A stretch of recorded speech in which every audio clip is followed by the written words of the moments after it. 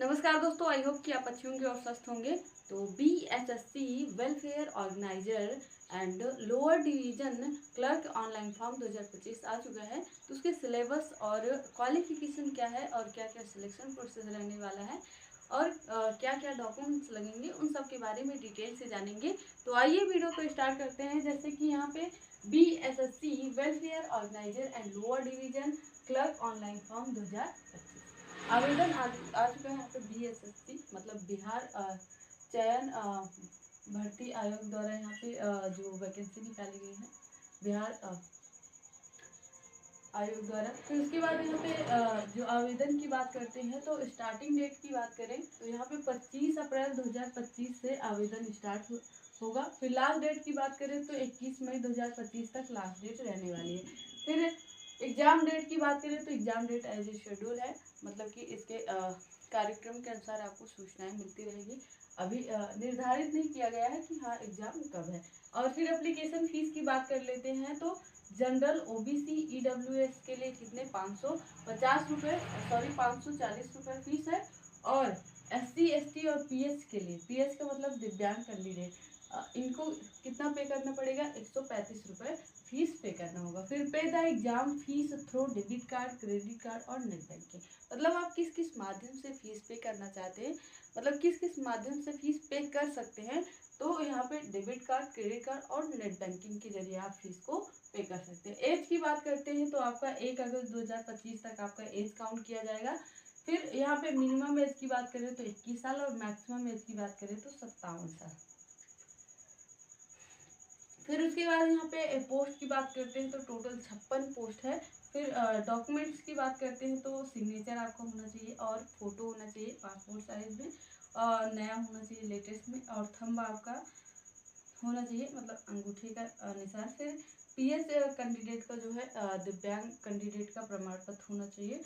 और फिर income certificate मतलब कि आय प्रमाण पत्र, और कास्ट सर्टिफिकेट मतलब जाति प्रमाण पत्र, और डोमिसाइल मतलब निवास प्रमाण पत्र। निवास प्रमाण पत्र चाहे आपके पास आवासीय हो फिर या स्थायी हो, आपके पास होना चाहिए।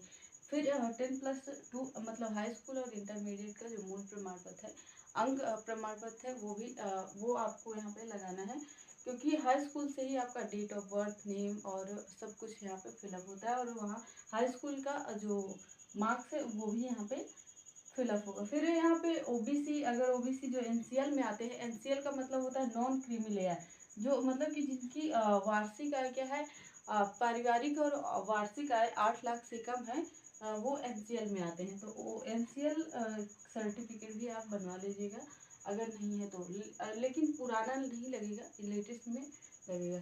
फिर उसके बाद पोस्ट की बात करते हैं। यहाँ पे 2 प्रकार की पोस्ट है, एक वेलफेयर ऑर्गेनाइजर और दूसरा है लोअर डिवीजन क्लर्क, मतलब सैनिक कल्याण निदेशालय, और यहाँ पे ऑर्गेनाइजर है।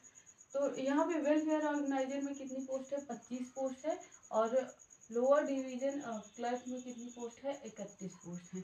फिर यहाँ पे क्वालिफिकेशन की बात कर लेते हैं। तो क्वालिफिकेशन क्या है, ओनली फॉर एक्स सर्विसमैन, मतलब कि यहाँ पे एक्स सर्विसमैन के लिए ही ये वैकेंसी निकाली गई है। सिर्फ और सिर्फ एक्स सर्विसमैन ही मतलब इस फॉर्म को अप्लाई कर सकते हैं, मतलब भूतपूर्व सैनिक जो पहले सैनिक रह चुके हैं वही इस फॉर्म को अप्लाई करेंगे।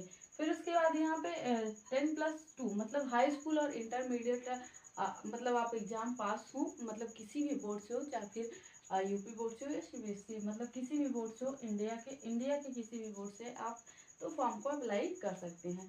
फिर उसके बाद सिलेबस की बात कर लेते हैं। तो सिलेबस क्या होने वाला है, जैसे कि यहाँ पे आपका एक पेपर होगा प्री, पहले यहाँ पे जैसे ही फॉर्म की संभावना, फॉर्म जैसे ही 40 लाख के प्लस, यहाँ पे 40,000 के प्लस में अगर फॉर्म जाता है तो फिर क्या होगा कि आपको मतलब कि नहीं प्री होगा, मेंस होगा। तो यहाँ पे प्री की बात की गई है कि प्री का सिलेबस क्या रहने वाला है। तो एक पेपर आपका होगा जो 2 पार्ट्स में डिवाइड है, मतलब 2 भागों में बांटा गया है, पेपर 1 और पेपर 2। तो यहाँ पे जैसे कि एक पेपर होगा, वहाँ पे क्वेश्चन की बात कर लेते हैं। तो क्वेश्चन का वेटेज यहाँ पे क्या है, भाग ए में मतलब पार्ट ए में कितना है 25 क्वेश्चन रहने वाला है, और पार्ट बी में मतलब भाग 2 में कितना 25 क्वेश्चन, 25 और 25 मिला के कितने टोटल आपका 50 क्वेश्चन। टोटल 50 क्वेश्चंस रहने वाला है। और एक क्वेश्चन क्या है, मतलब एक प्रश्न जो है 4 नंबर का रहने वाला है। और ऑब्जेक्टिव बेस होगा, मतलब कि ऑब्जेक्टिव क्वेश्चंस रहेंगे। और लैंग्वेज आपका चाहे आप अपने अकॉर्डिंग चूज कर सकते हैं, चाहे फिर इंग्लिश या फिर हिंदी। और यहाँ पे टाइम क्या रहने वाला है, 2 घंटा आपका टाइम है यहाँ पे रहने वाला है। या फिर आपका एग्जाम ऑनलाइन होगा या फिर ऑफलाइन बेस्ड होगा, ये मतलब कि बिहार जो भर्ती बोर्ड है वो डिसाइड करेंगे फॉर्म अप्लाई के बाद कि क्या होगा, ऑफलाइन मोड में होगा या फिर ऑनलाइन। अगर ऑनलाइन मोड में होता है तो सीबीटी बेस्ड में होगा, कंप्यूटर बेस्ड टेस्ट होगा। अगर ऑफलाइन मोड में होगा तो आपका फिर पेपर होगा। तो ऐसे कि यहाँ पे पार्ट ए का सिलेबस की बात करते हैं, जैसे कि पार्ट ए में जीके। जीके मतलब जनरल नॉलेज, मतलब सामान्य ज्ञान से कितना 5 क्वेश्चंस। और यहाँ पे जीएस जनरल साइंस सामान्य विज्ञान से कितना 5 क्वेश्चंस। और मैथ से 10 क्वेश्चंस। और कंप्यूटर से 5 क्वेश्चन, टोटल मिला के 25 क्वेश्चन। और पार्ट बी में क्या है, इंग्लिश है, वो मैट्रिक स्तर से आपके क्वेश्चन पूछे जाएंगे, मतलब हाई स्कूल से रिलेटेड सारे क्वेश्चन रहेंगे, उसका लेवल से हाई स्कूल से मैथ्स रहेंगे।